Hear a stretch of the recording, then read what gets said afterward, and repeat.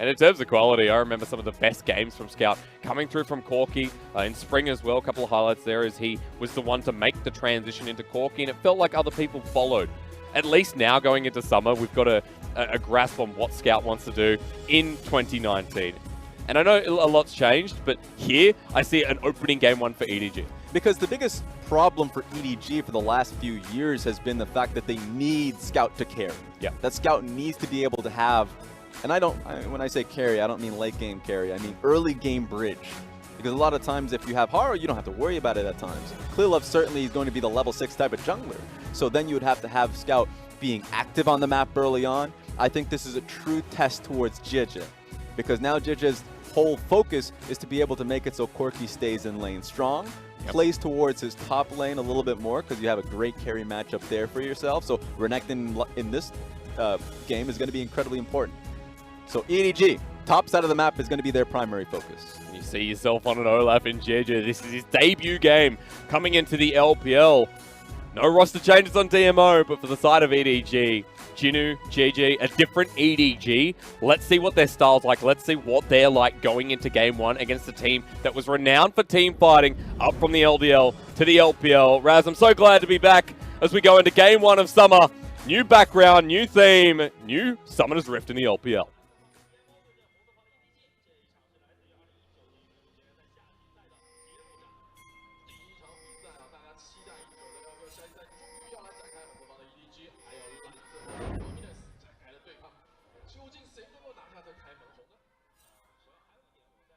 All right.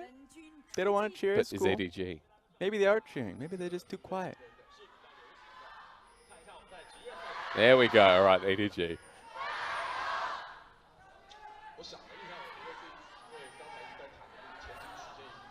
They ain't even playing. Okay. Well, Well, you don't need an LGD chant. it's day one. You know what? Everyone's just warming up. Close Uh-oh. enough. Speaking of warming up, yeah, let's go. Chang Hong. Just trying to ward out the blue buffers. EDG start with the invade. Yeah, it could. I love the fact that EDG already showcasing a strong point in their early level ones, something that they really got stubbed on in playoff time. So already looking to force. I think this is going to be a side swap here. Xiaopeng cannot go topside at all to take his wolf camp. So Spot out by the vertical jungle. That was a flash away from iBoy, but they turn it back on a mark. The flash forward ignite already. It's just LPL-esque, isn't it? Twyla, first blood for DMO. well, that's ring rust for you. And we're just going ahead. Hello, Xiaopeng, level 2. What we expect from the aggro Rek'Sai. He flashes on down. iBoy uses someone before the heals there. The grand entrance as well. Gala just trying to lock the damage down and they find it. Double TP. What is happening? It looks like EDG want a match for match, but Mako on the wrong side of Summoner's Rift. Jinu getting bursted out as well. Mako will not escape, but the question is, will Jinu only just as the Nautilus runs through the enemy jungle? And 3 kills about to come forward as Mark finds the grand entrance. Gala will walk forward. 1, 2. One more. And thank you very much. That's how we begin. What a destructive first 2 minutes for EDG. Welcome to the LPL Summer Split, EDG. You just mucked up. Let's see what happens to Scout. We didn't get some time to see this, so he definitely just got opened up on. He didn't want to flash. Oh. He wanted to flash only when he saw the animation and was too late. I remember what we talked about in spring where Twyla had, not a decent laning phase, even though he was playing towards the laning phase. Well, I'm sure this will give him the opening boost here on the new roster. At least the wave is pretty good here for Scout. We'll have to see if it's pushing in. If it is, then it's not. It's hard to tell. If it's pushing in towards Twyla, then that sucks. Not only is he coming back into the lane really behind in terms of gold, but then on top of that, he's going to require Jijia to come in and help. So we'll have to really gauge how the mid lane is going when we come back into it. Of course, wasn't the only lane that got in trouble there. Now Gala and Mark, a kill on the 80 carriers. Twyla's just doing it again. Scout cannot trade off here. At half health already, Twyla at full. Disgusting. At this point, if you're Xiaopeng, you suddenly have a lane you could play through. Not only did we get a flash out of Scout, but he's getting chunked down to a point where a dive in mid lane is possible. We've seen RNG do this to FPX actually last split. On the Rex when they threatened doing B, that was a strategy you can utilize. This time around, it's going to be something that they should do versus Scout. You can see on towards the top side as well. Deep vision put down by Jinu, but Jinu in this lane's already fallen behind a level with a big wave. DMO, their mid lane looking good as well. Small gold lead already, and looks like precision first. No, Glacial Augment, excuse me. Yeah, Glacial Augment, this is the wrong graphic. It's going to be Jinu that has himself the precision tree, so don't want you being confused too. It's all right. I Relax. have a quick look. But Glacial Augment's still an aggressive summoner, one we've seen. Oh! Someone like the Shy Gala. A lot of respect shown towards the Nautilus. Yeah, flash down for Gala. But it was good. You want to be able to keep yourself up in lane. So he gets to be able to shove this one out. He still has Mark's protection and Xiaopeng being able to lean to this side of the map. So not all is too bad. So already loving this side for DMO. It gives a lot of space for Xiaopeng to work. We already talked about mid lane being the primary focus. If he doesn't want to, if you want to slow the game down, then really it's going to be on him to lead Twilight to the bottom side of the map. Infernal Dragon is going to be the first one, so it gives him the shot to really be able to get that done. About to say, he's still got a problem though, because GG's just been power farming this whole time. While all the chaos has been going through, he's stayed out of it. Big CS lead in the jungle already with double longsword, and has a smite available too. So while Xiaopeng, level 4, down here looking for the response, GG has the level lead, and looks like for EDG will compound some of the gold back. Yeah, the way the jungle matchup ends up working, because I know a lot of people hear about Olaf into Rek'Sai being a primary, like a sad point for Rek'Sai. It's level 6 that when JJ is able to hit that, you can find times to just all in. Yeah. While Conquerors got nerfed from 10% to 8%, it's not significant enough to push people off of it. Oh, it's still great. It is still great for champions like Olaf. So that's what I'm expecting. Well, starting up the Dragon, going to be watered out here. Looks like DMO have all the cookies in the bottom lane and the mid lane as well. Twyla spots a sneaky Olaf just walking through. Nothing he can do about it. Yep, Xiaopeng notices that his side lanes are doing quite, the adjacent lanes that is, for both mid and spot lane are doing alright, so yep. Let's see. Alright, let's find out what happens as they flash on into the Infernal Dragon. You see a petrifying gaze, looks like we're fighting again, and GG with that level advantage does find a kill, but Twyla finds one on the way out. Dredge line to pick up another, and that'll go over to Olaf, so JJ now firmly ahead in the jungle, firmly ahead for EDG. Yeah, fantastic collapse from Dominus. I was a little bit concerned. The great point to them was the fact that their adjacent lanes, both mid and bottom side of the map, had shove. So I was like, okay, it's okay for Xiaopeng to be able to do this alone. Yeah. But JJ had a great idea to be able to go for it. Gets 2 kills off of that. Now, Olaf these days has been going Warriors, so it's just far more efficient than finding yourself like Cinderhulk, all of that stuff that's actually just not cost efficient. It gets you to clear faster, sure, and later on you have that HP pool. But at this point, especially with the lead that he has, it's going to be so hard for like the Dominus members to get him off. Trying to flash in for that Infernal as well. It was ambitious, but picking up the kills, definitely worth it in the end. At least Philo was able to get the response kill off of all of that one, but 2 kills going in towards the Olaf really erases a lot of Xiaopeng's early strength in the bottom side of the map. So. Yep. A little bit concerning for me. Dominus came in strong in the bot side fight. Now you have 2 kills on the Olaf, who is at this point going to be challenging your Raptors, is what my assumption is going to be. So we're going to have to see how Xiaopeng ends up dealing with this. Definitely showed you that advantage to clearing early on came back for JJ, who's now 2 levels ahead, who hasn't gone back just yet. But as you said, Raz Warriors has gotten very, very popular and picks it up. Ruby Health Crystal there as well. Easily. And he's 2 levels ahead of Xiaopeng. So Xiaopeng 100% needs to be playing to Fog of War here. You can see he's trying to look for a gank, or at least trying to give Chang Hong the easy shove in. So if JJ is going to be coming in for a gank, it's going to be a little bit harder. Xiaopeng's got his back.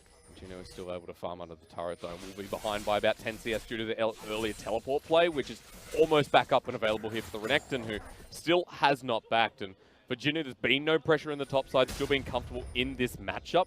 But now you can see towards the bottom side, JJ's going at it again. Yeah, and he's being helped by Mako, which is what we wanted to see. We wanted to see a jungler being able to have direction here. Mako, who has had a safe bottom lane up until this point, can allow JJ to push his advantage more. Now, sadly, he couldn't really challenge for the Raptors camp, but you know he's going to stay around for red buff. Mid lane doesn't actually have push to help out, so Cassiopeia can come out and help. Oh my god, that was just a smite and an axe. Wow. Undertow does half health. Thank you for the red buff, JJ says. Tunnel, you're not coming back in. Maybe Krugs are going to be his as well. I thought Cassiopeia was going to come in a little earlier, but he didn't get to see the wave situation for Twilight here, so he's just not going to be coming. And gets spotted out by JJ coming in return as well. Scrying picks up that ward, which is going to make it very difficult for Twilight to stay safe, although still has flash in the mid lane. You can see the engage is happening again. Hello, iBoy finally has his summoner back up. Killer Instinct. They send the feathers out, but there is no Blade Caller just yet.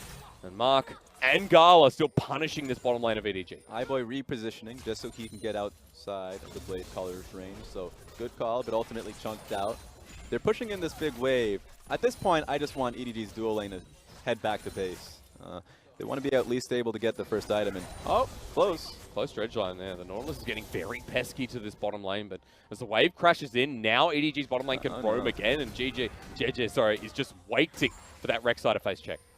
So they have a great position for the next dragon when it ends up coming. And an even better position to help out Scout, because if Scout ever gets ganked here by Xiaopeng, then not only is JJ there to hover, but also Mako has the ability to just walk towards him. Okay. That's a flash commit from Mark. Doesn't find the quickness, almost gets bursted out. Ignite back down. Double TP from EDG as the phase rush comes through. It's a Void Rush and a half, but Jinu's now on top for Gala, who has to flash with the Blade Caller not available. He needs it to save his life. Scout already found Mark. They find another onto Gala. Scout now in a third position in this game as Changhong is way too late. EDG just pull the trigger and it all works out. Great response from Mako and iBoy. Just getting the hell out of there immediately as Mark sets up for the engage. And even better TP timing, because I'm just concerned if the play happens, Changhong finds himself teleporting to the bottom side first, then they can turn it, right?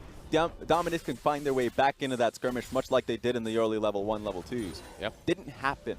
Jinu has a perfect teleport timing to then turn on towards Gala and Mark, erases them. Fantastic team fight from EDG. Kind of takes away the question of how the shot calling is going to go, especially in this game 1. GG just underneath turret still has to be careful of Twyla, who decided not to make the roam in that fight. Instead, got the push off, got a bit of turret plating himself, and is now 30 CS in the lead of Scout. That's going to be the primary focus for the team. Hello Flash, hello knockup, goodbye JJ. That's a kill of the Rek'Sai, much needed right now for DMO. I think if you're JJ, you had to have the idea that Dominus decided to swap lanes there. The dual lane went topside. It gave Mark the opportunity to roam first, so JJ just needs to be able to calm down in that situation and just head out right back. So he greeted for the Raptor camp, and he ended up falling to it. Let's see if Jinu's going to play it a little bit safer as Mark is just walking up to the top side AD carry. This nets the Rift Herald, and maybe not the EDG. I'm surprised that EDG is not swapping iBoy up towards this side of the map. They're contesting for the Rift Herald, but they don't have the fighting power to be able to take this one, so I don't know, man. You calm down. Yeah, I'm not sure that solo gold will be worth it in the end. That's a Rift Herald secured by DMO as everyone to the top side of the map, and Jinu's going to have a hard time protecting this turret. He certainly will. I think at this point, if you're Dominus, you want to be able to have Changhong hard shove the bottom side of the map. Oh, hang on. Do you want a 1v2? How do you enter EDG? As a hero? Well, almost Jinu. He pops the ulti, he backs out, doesn't force anything from DMO's bottom lane. Probably thought that he had Mako a little earlier on. He has his ultimate prepared, so would have been easy for them to set up on top of the AD carry with the Nautilus ultimate in tow. Oh, he's back. Oh, yeah, he is. Welcome back to Summer Colonel. Already changing his mind. That's a great way to start.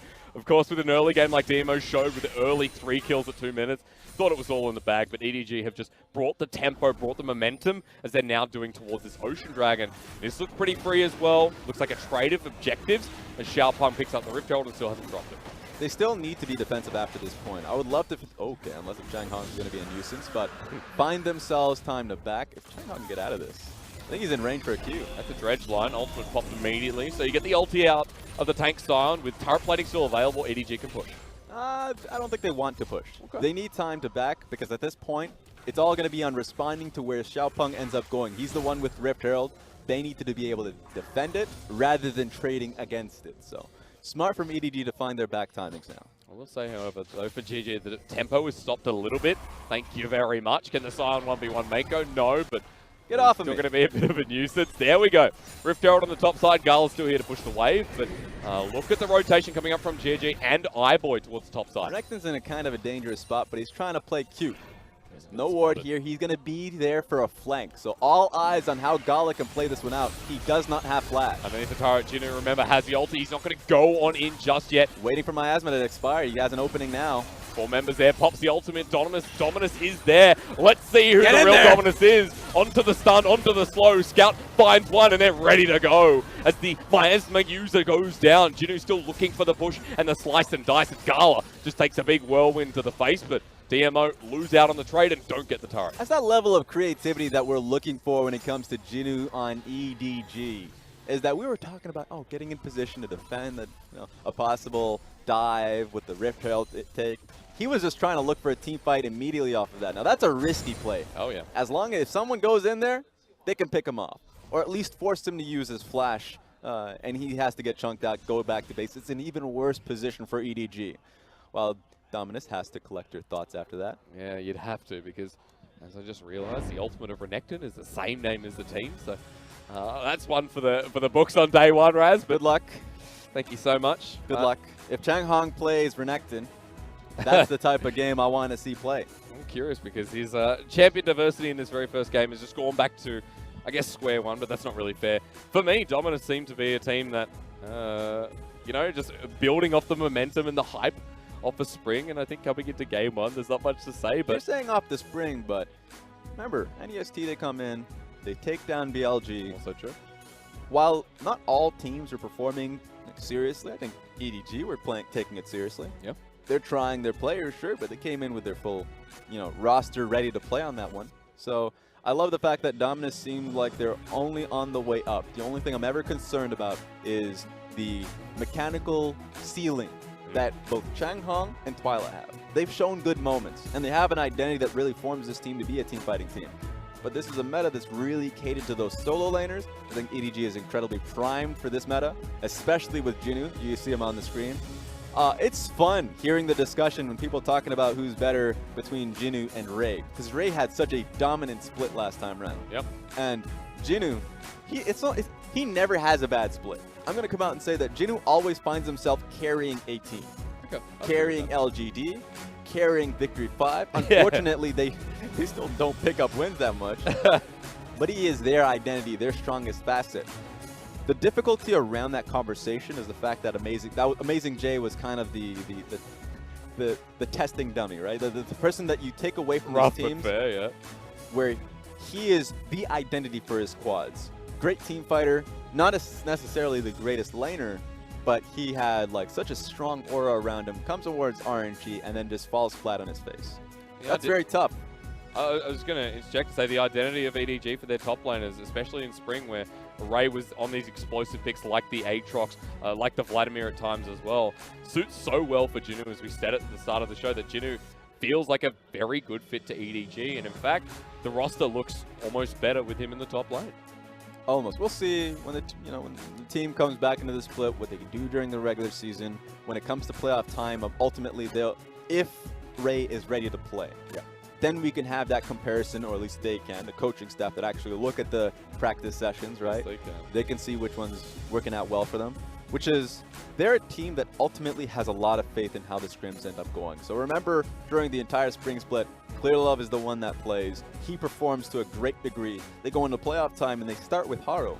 That's always a big risk for the community, because it's obviously like, wait, Haro is the one that was performing poor during the regular season, and it was actually Clear Love performing better. How is he not the one starting and all that? And if you fail, if you lose that game, if he's the one that performs poorly, then the team starts getting all that hatred and flame.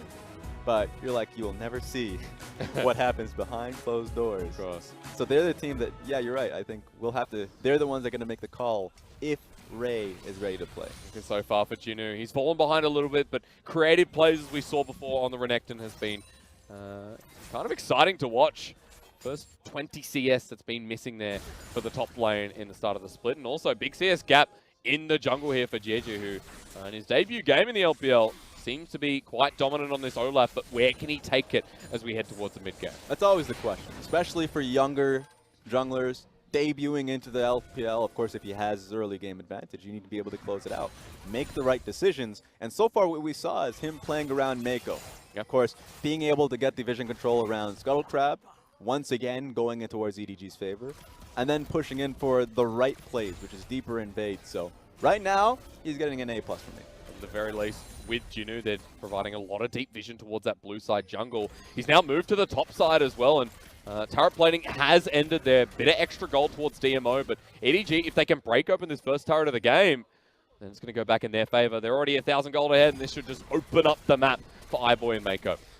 Taking a look at the rotations here from Dominus, it seems like they want mid lane focus, and that works out well for them. Remember, a lot of the turret platings have been chipped out by Twyla. Now moving past 14 minutes, he's still looking to primarily look at this mid lane turret. So if they can take that down, that opens the horizons for Dominus, a team with a Cassiopeia, 3-item AD carry, could look towards the Baron buff when it's up and available, and can really cut in towards either jungle with the mid lane tower being taken. But of course, going with the standard bot lane tower first. Very true. You got yourself a 20 CS lead there on Twyla as well. And up against Scout, who's picked up 3 kills this game. Has a bit of a bounty on his head, close towards that Trinity Force. There's another turret drops now for Dominus in the bottom lane. And Cheng Hong looking for the bit of the roam. Has his ulti back up and available. Level 11 on this Scion. Deeper vision now as DMO start preparing for this next dragon. It's about 4 minutes. It's going to be a while off. I just love the fact that at this point, if you're Dominus, you have a composition that's really just focused on you being able to hit your major item points. So I certainly want to see Twyla coming into this one, not with Morello's, but certainly with the Oblivion Orb. If he has that level of magic penetration, then he's going to be fine in the lane. You already saw how much chunk and damage he was dealing to Scout. That's going to certainly translate over to the other members. What I want to see, of course, is also Xiaopeng being able to hit his Black Cleaver. Then he can start looking for, positioning aggressively in fights. Right now, at this point in time, he was following Cheng Hong for a good majority of it because Cheng Hong is the one that needs to be able to take those blows. So right now, Xiaopeng's trying to find his way back into the game. At least for both teams, though, you look at the mid game and you say, look, there's not much of a gold lead. EDG, we're talking about their ability to match the fights of DMO, but at this point, as we're preparing at 17 minutes, there's possibility for it to go both ways. Yeah, you're right about the gold lead, but then you talk about the experience lead, and it's completely in favor of JJ. Very true. Like 2 levels ahead in the jungle matchup alone, just based off of the base stats. JJ wants to be able to match Xiaopeng as much as possible, which is why I think it was smart from Dominus to then trade sides earlier on. When you start seeing that ridiculous level gap, is I want you to get the hell out of here. Ever seen a 1v1 of a Corki and a Scion? Well, we're not going to get it. Definitely doesn't want to touch any of that. At least for Xiaopeng. Picking up the Cloud Drake while you spot the Scion on the top lane. Yeah, trade sides. You're Xiaopeng. Never deal with Jeje, because he's just going to run at your face. And I was talking about how Olaf at 6, I mean, we're far past that point. A little bit. Is just going to completely disregard the knockup that Xiaopeng has. So there's no way for him to take that fight. And the damage is already going to be too much because that's a Black Cleaver. That's 2 items done moments ago for EDG's jungler. And now into the mid lane, this looks like a hard battle for DMO to push. This is very dicey. They do not have range in their composition. You'd look towards Gala, but no, Gala, if each ever tries to walk up to the tower and look to pick it up, there's the hook from Mako that's certainly going to reach him. You already see Jinu, it's going to be the go sign for him to come in at the flank. So I would not take that risk if I am Dominus. They're playing around the miasma range there. So as long okay, or this. Or you can just force it with a side. He stops short. He says that's a bit too far. 5 members versus 3 in the mid lane, and they still can't get it. That's a heavy committal for Chip on tower. That kind of brings the point of how difficult it is for their comp to ever touch that tower. Yeah. So I don't like that investment. But worth a shot. No. Okay. He ran his head kind of at the tower. At least make use of the damage that ultimately brings. But anyways, it looks like EDG's going to turn it on the head. You see a big ultimate like Cheng Hong's unstoppable onslaught. Oh, you look say, how easy that is. Yeah. Where are your members at? Scout has the Trinity Force. That was an easy push. So that opens up the map, as we talked about before, against EDG. It's going to be difficult for DMO. Any coaching staff that looks at this will just ram their head, much like Scion did, right at the cement wall. Because what they should do with this composition is they may not have the Scuttle Crab in the bot side of the map. They're going to be just go for it. All right, let's do it. We can't slow him down. The quickness can't, so they go for the other target that can. That's iBoy. Flash over the wall. They're committing. It's just Cheng Hong by himself. Decimating Smashdown. But iBoy, Killer Instinct, they find the knock-up onto the Scion as Scout is flanking from behind. Jinu's here as well. Let's slice and dice, baby, as 1 kill already goes down. It's the Scion. Jinu takes down Mark as well. And EDG are getting fed. They love the platter that's been laid out. What the hell are they doing? What is Dominus trying? So I was already talking about what they should have done initially when they're trying to chip turret with 5 members. Try and get Cheng Hong away from the 4 members, move him around so that he can threaten a flank. I was saying that they didn't have the Scuttle Crab, sure, fine. But at least be able to get the control ward on one side of the mid lane turret so they can start threatening them off. But they're like just going brute force, baby. I mean, it's the identity of DMO from what we saw last split. Let's find big team fights, but not this early on as Baron does go down quickly. JJ doesn't have the ultimate, so he will drop down, but that is a good price to pay as the onslaught onto Scout just dodged away. He can't follow this one. Yeah, you can't flash this one for good reason. Just a big success for EDG. EDG essentially just waited for Dominus to start throwing haymakers and just chill out. Yep. Take a drink. Relax. Have a beer. I'm pretty sure that's what's going on You're there. making drastic assumptions, my friend. You can't read that. I have Harbin in my fridge, so I have a drastic assumption. All right, that's fair enough. Look, that's 4K gold lead for EDG, though. 20 minutes in the game. You have a Baron buff on 4 members, and you got these big item power spikes that continue to grow. As looks like GA coming up next for JJ. It looks like the top lane's getting their second item, but we'll look how it started because it was simple. I think this part is fine. Like, this is great. Yeah. You also able to find him flashing over the wall. Just don't follow up. Like, Chang Hong, you have to at least have some level of respect for EDG being there to collapse, right? They're playing 2 members here for a reason. Scout was in the top side of the map clearing out, so he can collapse over.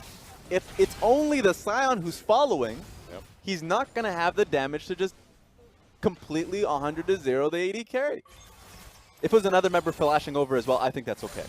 It's just a matter of time and speed and finding the exit strategy. They didn't even think about the exit strategy.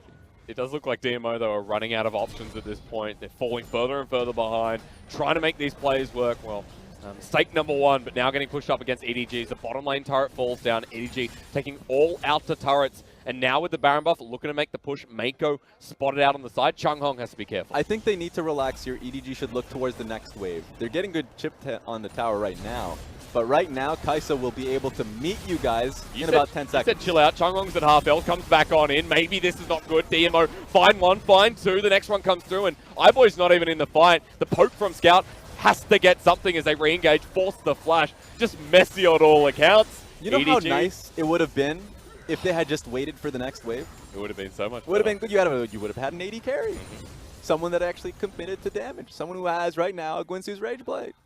But they just decided, no, don't worry. We can fight right now. Welcome to the split. Welcome to the split. Xiaopeng gets the same treatment.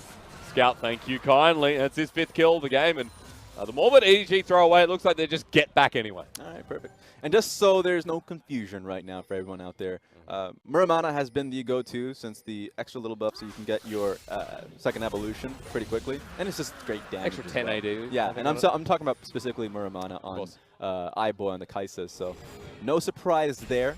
I was a little bit, during the changes, I was wondering about Guinsoo's Rage Blade since they nerfed it. Technically, right, the nerf was that they moved it from a 2-hit proc towards a 3-hit proc. That sucked. Which, it hurts. But the buff, in a sense, was actually making it so it's the 15% magic and AD, just the both penetrations, right out the get-go. No scaling on that one. So you get it immediately. So that's nice. You're able to see him just kind of be able to tear up Chang Hong immediately, the one who's coming out with both armor and magic resist. So it's getting its value. Curious to see what we see as a 3rd item there. Zeal in hand for iBoy too. At the moment, still defensive item. No, we're going to go for the rapid fire cannon. So 3 items on the Kaisa at the moment. And iBoy in a pretty good position like the rest of EDG. You don't need the CS leads if you got the kills. And that's what EDG have right now. 5K gold lead and Infernal is coming up next. Time dominance at this point. Really, the way they come back into this game is through like playmaking factors like Scion Ultimate, if it's used properly and not just running at the turret. Or looking towards Mark's ability to just kind of engage. Yeah. It's harder now because it's not the usual just flash grand entrance. Like, you can't just kind of get the easy, quick engage. That's been the change towards the champion there. So for DMO, I'm just kind of looking at their primary engage points to be able to find a way on towards iBoy or Scout. Maybe even JJ, because they have at least a little bit of damage to chunk him down. It's just unfortunate that he has a Guardian Angel, so he can spend a lot of time, bit of a filibuster period, to be able to say, okay, you're hitting me, that's fine, that's cool. It's really the threat that's Jinwoo. 2 team fights in a row, he's been able to get straight towards the back line. Remember, he was behind. Even in the style matchup, he was behind in the lane, but he's now caught up, gold dead even, and picked up the Spear as Shojin. 2nd item, we've seen a lot on the Renekton's now. Glad we're just not seeing it first. So 2 item Renekton, a lot of cooldown reduction, a lot of spinning.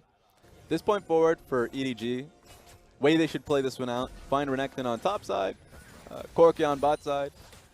I actually I'll swap that for now. I'll say you'd put the Renekton on the bottom side of the map just because, I mean, he's already there. He has the teleport enabled and available. So when Baron does come up, he's going to be there. But the side lane pressure, Dominus cannot answer that, so. I'm curious as to how Chung Hong can match him, level up. Now matched by Jinwoo himself, and EDG just heading up towards the top side of the river. Baron's about, looks like a minute or so away. Already sending him over. Now, Jinwoo should stay in this area. If they move towards the Baron buff, he's just focused on the fight. Yep. He wants to find a way to look for a straight flank. if I am Chang Hong, if I'm Twyla and I'm just looking ahead, you want to be able to A, start the fight and be able to put the miasma down, so no members like the Olaf can kind of walk forward at you. Well, then what happens if Renekton's already there, just kind of beating you down? So I love the fact that Jinwoo understands his role in this position. Pretty straightforward fight though if Jinwoo can't find that flank off, because for Twyla, 3 items on the Cassiopeia. We know what a pain she can be in closed spaces as well.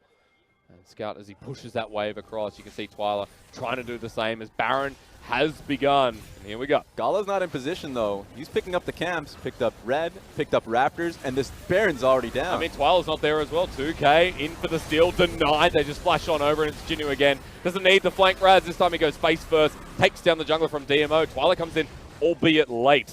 But EDG have already backed away with Baron in hand now, all 5 members. Very, very unprepared for that situation. EDG was there, and you have to respect their ability to do it. We're talking about how fast Dominus can take Baron buff. Certainly EDG with the Kai'Sa can do the same thing. You have double AD carries, so at that point Dominus was just not paying it the necessary respect to be there when it was starting, so they cannot take a fight. You got to think that now for EDG, it's so easy to push these inner turrets. Inhibitor turrets coming up next on the top side. Gold continues to grow, and when you have something like an Infernal Dragon on a team that is so far ahead already, that has a Corki, that has a Kai'Sa, you say, oh crap, there's an Infernal coming, and for DMO, they cannot contest. Yeah, it's a tough one, isn't it? Because the team that right now is positioned to team fight is not necessarily the team fighting team, right? So it's going to be, right now we need to see a great level of creativity from Chang Hong in particular to be able to find himself in the back front. But the problem is right now, he's the one that's underperforming in this game by a mile. So it's going to be fun. I think that Dominus need to do something. Remember, we're still in a best of 3. So that's something where they can look ahead, talk about the composition, because I don't think the comp was the issue here. They even had a great early game lead. I mean, this felt like the composition that's been run before. You take out the Kai'Sa, you still see the engage, the standard team fighting where you can put Twyla in something like a side lane. Well, perhaps. We see Scout's going to get opened up on. He's going to follow the Valkyrie. That's some good drifting. That forces the flash out of Scout. Let's go, Chang Hong. Let's just take it a mile further. There's no Valkyrie. You find the decimating smash. Gala flashes back in. Commitment needed and commitment given over to DMO as the turret in the bottom lane is the trade, but that kill for the push. Let's get it started. If they try and look for just swapping sides, you're not going to be fast enough. Dominus just has to take this turret and head right back to base. Mid's getting pushed as well. Twyla's coming on down. They want Jinwoo, Xiaopeng to accompany, but look at the mid lane. The inhibitor's going to go down if this continues on. All in all, it was a nice pick, but they still need to be here to defend, so I like the fact that EDG is staying in the course. I mean, Chang Hong right in front of them as well. He's tanked up about half his health so far, and that will push off EDG. At least Gala. Yep, he stuck around. He wanted the turret, and he got it. That's fine. They lost a lot of HP on the bot side tower, so that's something that I'm concerned about. EDG can just come right back. So especially if you're going to be staying to the bottom side of the map. At least the base isn't broken, though, for DMO, so that's going to keep them positive for now. Gala still has not backed off, though. They're pinging him. They know where he is, and for EDG, JJ's on the way. What? In time? No. Ooh. Close call. Had an idea. On the mark. Yeah, screw the ward. We don't need that either. Oh boy, might be caught out here. Xiaopeng looking for the follow-up. Heal burnt out. A very, very fight-heavy game. Mostly based off of course, early rust. Coming back into the split, neither of these teams have... Not only did they not make it at the later portions of the playoff run, Dominus getting kicked out by Top Esports. Yep. But of course had that whole month break, time off. Just scrimming very recently, actually. So coming back into this one, this is them just trying to get their sea legs. I can understand that. But when you get into the 20-minute mark, and I'm just going to be pointing out specifically Scout, that far out when he knows that his team is looking towards like deep in bottom lane and mid lane, the wave doesn't even need to be perfect. You just need to join them with a Baron buff that you have up and available. They also just need you because you're at that point pretty stacked. You have your Infinity Edge, Trinity Force, Rapid Fire Cannon. You can join your team to have that extra bit of poke on towers, so he just needs to be with his squad at all times. Very confident. And at the point as well, when you burn the summoner like Flash at this point in the game, well, you open yourself up to something from DMO. Remember, you still got great scaling on their side, even though there's been earlier mistakes. That 7k gold lead get less and less. Someone like Twyla is almost towards his 4th item, and almost a 4th item for Gala there as well, so it's not like DMO are going to be unable to come back into this first game. It really does depend on, once again, the way they end up covering the gold lead is based off of just finding CC to just burst people down. I've kind of mentioned Chang Hong quite consistently, but it's also just Cassiopeia through her ultimate. If she's able to find just one major carry, or just even finding Jieje so you can actually threaten him when he doesn't have his Guardian Angel, then that's fantastic. They have been slowing him down, and this is great. Yeah. Mostly because of EDG's mistakes, but them being able to do this gives them that shot in game 1. At least for DMO, maybe they can speed things up with one fight or find that pick. Like you said, landing the CC. Chang Hong goes forward. He's the key maker as Mako pulls him back in. The quickness is there as well. They're only onto one person as JJ is not in the fight. The quickness comes around the corner, but Mark almost sacrifices his life as iBoy just killer instincts into the backline. JJ now taking the fight with Xiaopeng. Jungle, the jungle. And then going into the GA, Scout helps him out. Mako pulls back in another member. And for EDG, they're too far ahead. DMO weren't able to pick anyone off. And EDG just walked forward, that petrifying gaze on the deathbed there for the mid laner of DMO. Right there, EDG ready to take the challenge on that one, and it should be game. Pretty swift move from EDG in the end. A back and forth game, very fitting of the LPL and a great way to open. But for DMO on the back foot was not good enough, no way to get back in. And EDG open up the summer split with a win. A little bit rusty, you can see that. But if I'm just talking about players that